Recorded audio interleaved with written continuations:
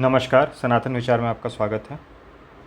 आज जिस पुस्तक पर हम चर्चा कर रहे हैं वह the Ramakrishna mission institute of culture द्वारा प्रकाशित उत्तर गीता है, edited and translated by Minati Kar. पुस्तक अंग्रेज़ी में है, मूल संस्कृत दिया गया है और अंग्रेज़ी में श्लोकों का अनुवाद दिया गया है। पुस्तक का मूल्य 50 रुपये है।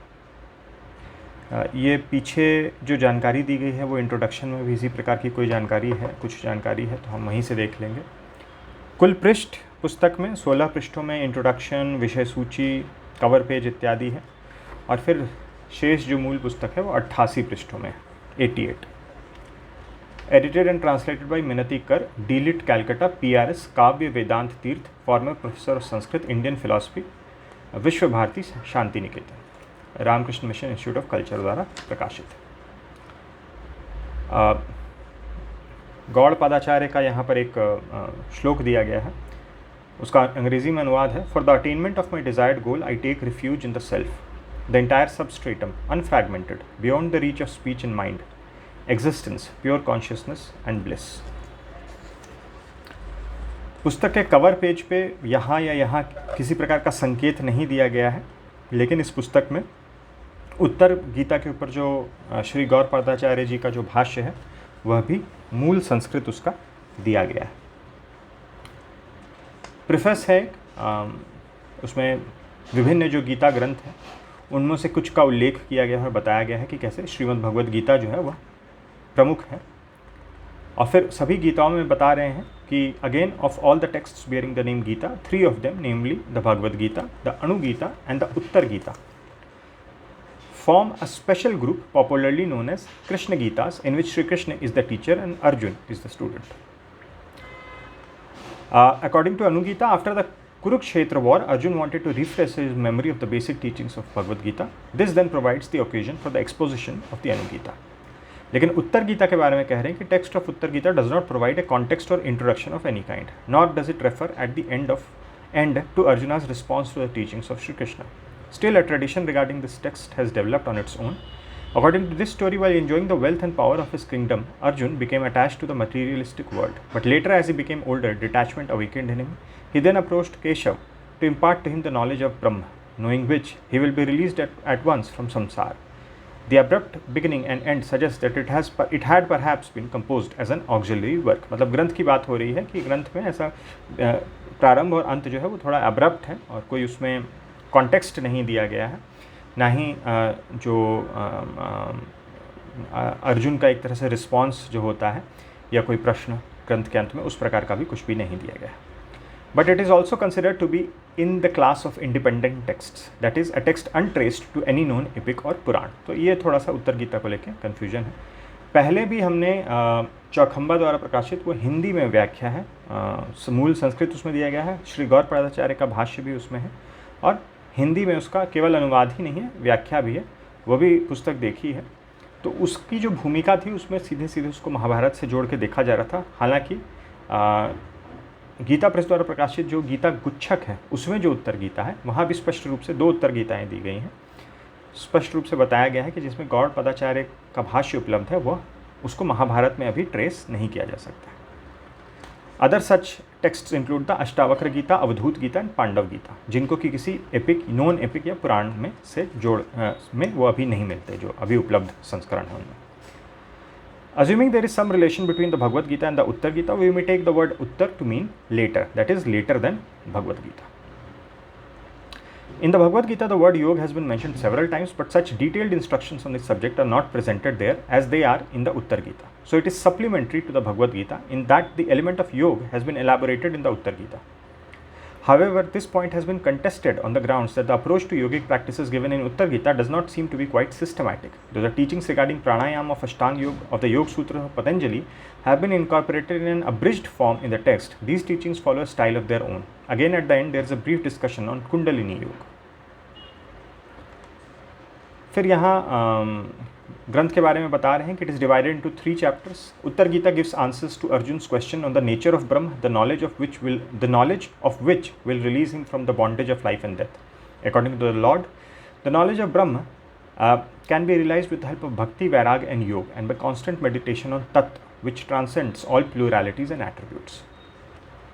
Through the entire text of Uttar Gita, the name Krishna does not occur at all. The names Keshav and Vishnu are used instead, but these names are invariably identified with Atman or Brahma. फिर इसको कहाँ महाभारत से किस प्रकार से जोड़ सकते हैं, उसमें कुछ टिप्पणी की गई है. Traditional scholars claim that Uttara Gita has been taken as its source the Ashvamedha Parva of Mahabharata. However, in one chapter of the Bhishma Parva there is a section of approximately 50 shlokas that is popularly known as the Gita Sar. Much of this section bears a marked resemblance to the text of Uttar Gita. फिर बता रहे हैं कि 1950 में Mrs S V. Oak of the research department of Bhandarkar oriental institute Pune did some valuable research on this text. She found 8 manuscripts of commentaries on the Uttar Gita, 5 of which have been ascribed to Gaudapad. Some believe that this is the same Gaudapad who was the preceptor of Shankaracharya. फिर ग्रंथ के बारे में कुछ और introduction है, जो इसमें ज्ञान बताया गया, एक तरह से उसका सार यहाँ पे प्रस्तुत किया गया है, उसकी समरी. ट्रांसलेटर का नोट है यहाँ पर मिनती कर जी का. वो कह रही हैं, without being conversant with the techniques of Vedanta, yoga and tantra, it is difficult to decipher the underlying meaning of many of the verses. In rendering the Sanskrit text into English, I have tried to be as literal as far as practicable. Explanatory word meanings are incorporated wherever necessary after the translation of the verse, according to the famous commentary of Gaudapad. Gaudapad's commentary is adjoined at the end. I have re-edited the commentary and set it in paragraphs for easy perusal of the readers. तो जैसा कि इन्होंने कहा, पुस्तक में व्याख्या नहीं है श्लोकों की. पुस्तक में अनुवाद दिया गया है अंग्रेज़ी में, और उसके अलावा जहाँ अनुवाद दिया गया है उसके नीचे एक्सप्लेनेटरी वर्ड मीनिंग्स दिए गए हैं. जो संस्कृत के टेक्निकल शब्द हैं उनको अंग्रेज़ी में वो उसी तरह से उनका प्रयोग किया गया है, केवल अंग्रेज़ी में उनका ट्रांसलिट्रेशन है, यानी कि उनको अंग्रेज़ी लिपि में लिखा गया है. शब्द जो हैं वो संस्कृत के ही प्रयोग किए गए हैं, और जो एक्सप्लेनेटरी वर्ड मीनिंग्स हैं वहाँ जो भी टेक्निकल शब्द आ रहे हैं उनको एक तरह से उनको समझा दिया गया है, सिर्फ उन शब्दों को, 2-2, 3-3 शब्द, कहीं उससे अधिक कहीं उससे कम. लेकिन श्लोक की कोई ऐसी विस्तार से व्याख्या नहीं की गई है. एक आध जगह कुछ विस्तार से है, लेकिन अधिकतर जगह वर्ड मीनिंग्स को ही एक्सप्लेन किया गया है. तो ये 16 पृष्ठ तक तो यही है, contents, translator note, introduction, preface. फिर पृष्ठ संख्या 1 से लेकर के 50 तक में तीनों चैप्टर आ जाते हैं अनुवाद सहित. एक ग्लॉसरी दी गई है जिसमें कुछ और वर्ड मीनिंग्स दिए गए हैं, अंग्रेज़ी में ही है. फिर चूँकि कुंडलिनी की चर्चा आती है ग्रंथ में, तो एक पृष्ठ में चित्र के साथ, रेखा चित्र के साथ चक्रों का विवरण दिया गया है, बिब्लियोग्राफी है. और अंत में केवल मूल संस्कृत में पूरी उत्तर गीता श्री गौड़पादाचार्य के भाष्य के साथ संस्कृत में दी गई है, जो पृष्ठ संख्या 53 से प्रारंभ होकर 88 तक, जहाँ पे ये पुस्तक समाप्त हो रही है, वहाँ तक है. ये चैप्टर है पहला, चैप्टर 1, ये मूल श्लोक आ गया, नीचे अनुवाद है. और फिर ये देख सकते हैं आप, ये इटैलिक्स में जो है जो शब्द यहाँ आ रहे हैं, जैसे व्योमातीतम, तो व्योमातीतम बियॉन्ड 24 तत्वास. अव्यक्त, बुद्धि, अहंकार, द 5 तन्मात्रास, 5 महाभूतास, द 11 ऑर्गन्स इंक्लूडिंग मनस. तो इस प्रकार से वर्ड मीनिंग समझाया गया है. तो ट्रांसलेशन और आवश्यकता अनुसार वर्ड मीनिंग. एक ये 7वां श्लोक है, इसमें थोड़ा विस्तार से मीनिंग्स को समझाया गया है, केवल मीनिंग्स को ही नहीं, यहाँ पे आपके सटल एलिमेंट्स, ग्रॉस एलिमेंट्स, और आपकी तन्मात्राएँ और पंचभूत, पंचीकरण थोड़ा सा समझाया गया है. पंचीकरण हमने पुस्तक देखी थी, पंचीकरण वेदांत वाले, अद्वैत वेदांत के प्लेलिस्ट में आपको पंचीकरणम पुस्तक मिल जाएगी, श्री आदि शंकराचार्य विरचित, उस पर वीडियो उपलब्ध है. और उसके अलावा भी कुछ ग्रंथों में जहाँ पे पंचीकरण का रेफरेंस आया है वो हमने डिस्कस किया है पहले. फिर आनंदमय कोश क्या है, प्राणमय, मनोमय, विज्ञानमय कोश क्या है, अन्नमय कोश क्या है, gross body, subtle body, causal body, ये सब एक्सप्लेन किया गया है 7वें श्लोक के अंतर्गत ही. ये थोड़ा कुछ अधिक एक्सप्लेनेशन है विस्तार से. अव्याकृत क्या है, डिसोल्यूशन क्या है. उसके बाद फिर जैसा हम देखते हैं अनुवाद दिया गया है, और फिर वर्ड मीनिंग्स दी गई हैं. हर श्लोक के नीचे नहीं दी गई हैं, मगर काफ़ी सारे श्लोकों में वर्ड मीनिंग्स दी गई हैं. जो श्लोक के संस्कृत के शब्द हैं उसको अंग्रेज़ी में ट्रांसलिट्रेट करके अंग्रेज़ी में ही वर्ड मीनिंग समझाई गई है. तो इस प्रकार से ये 3 चैप्टर हैं. जो हिंदी में हमने चौखंबा की पुस्तक देखी थी उसका लेआउट इससे डिफरेंट था. वहाँ श्लोक दिया गया था, फिर गौड़पादाचार्य का संस्कृत में भाष्य दिया गया था, और उसके नीचे हिंदी में व्याख्या थी, जो श्री गौड़पादाचार्य जी के भाष्य का अनुवाद नहीं था, लेकिन उसी भाष्य पर आधारित व्याख्या थी. तो वहाँ श्लोकों का कुछ अधिक विस्तार से व्याख्या दी गई थी. ये ग्लॉसरी है जहाँ वही अंग्रेज़ी में ट्रांसलिटरेट करके संस्कृत के जो शब्द हैं उनको बताया गया है। अच्छी ग्लॉसरी है, छोटी सी ही है, 4-5 पृष्ठों में।